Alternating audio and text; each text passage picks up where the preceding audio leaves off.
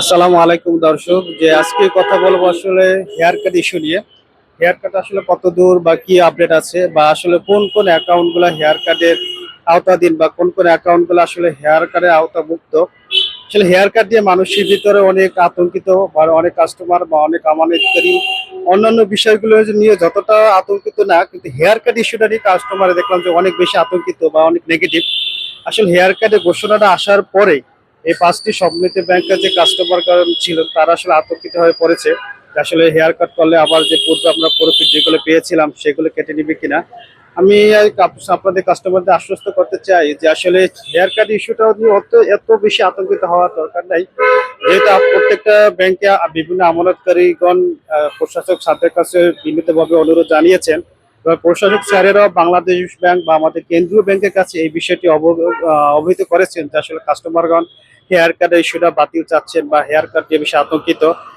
আশা করি এই মাসে 10 থেকে 12 তারিখের ভিতরে একটা ফাইনাল ডিসিশন আমরা পাবো।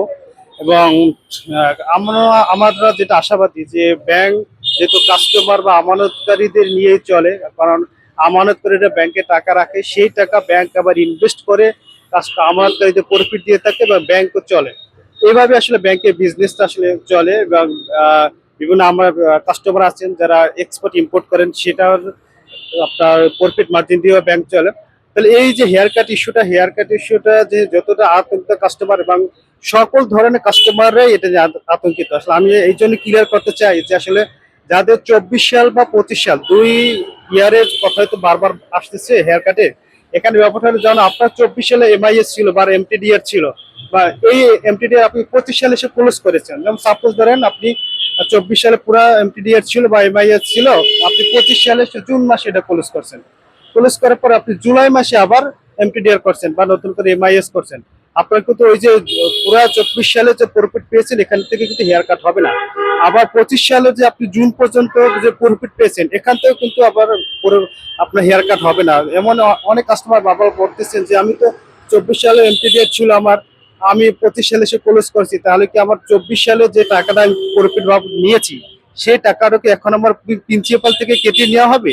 না, সেটা নেওয়া হবে না। আপনি 25 সালে যে আপনি নতুন করে এমটিডিআর বা এমআইএস করেছেন, ওটা কিন্তু নতুন এমটিডিআর বা এমআইএস হিসেবে কাউন্ট হবে। পুরনো যে আপনি যেটা ক্লোজ হয়ে গেছে সেটা ক্লোজ, সেটা আবার সেটা আপনার নতুন প্রিন্সিপাল থেকে সে টাকাটা কিন্তু কেটে রাখা হবে না। শুধু হেয়ার কাট হবে, যদিও হয় তাহলে হবে 24 ও 25 সালে। আপনার পুরোটা বছরে আপনার যদি এমআইএস বা এমটিডিআর কন্টিনিউ করে থাকেন, 24-25 সালে যে প্রফিট নিয়েছে সেখান থেকে হলে হতে পারে। কিন্তু যারা ক্লোজ হয়ে গেছে যে এমটিডিআর বা এমআইএস নতুন করে আবার হয়েছে, সেক্ষেত্রে কিন্তু ওই এমটিডিআর বা এমআইএস গুলা কিন্তু আর হেয়ার কাটে অন্তর্ভুক্ত না। কিন্তু দেখা যায় যে আপনি জুলাই মাসে 2025 সালে জুলাই মাসে এমটিডিআর করছেন, করার পরে জুলাই থেকে হয়তো আপনার এই ডিসেম্বর পর্যন্ত এই 6 মাসটা হয়তো আপনার হেয়ার কাট হতে পারে। তো 24 সালে যে আপনি প্রফিট পেয়েছেন সেটা কিন্তু হেয়ার কাট হবে না যদি আপনি ক্লোজ করে থাকেন। তার মানে যারা বিভিন্ন ভাবে বিভিন্ন সময় ক্লোজ করে আবার নতুন করে করছেন, তাদের কিন্তু প্রিভিয়াস যে প্রফিট পেয়েছেন এটা কিন্তু হেয়ার কাট হবে না। দেখা হবে পরবর্তীতে নতুন করে ভিডিওতে, সেই পর্যন্ত আমাদের সাথে থাকুন। ধন্যবাদ।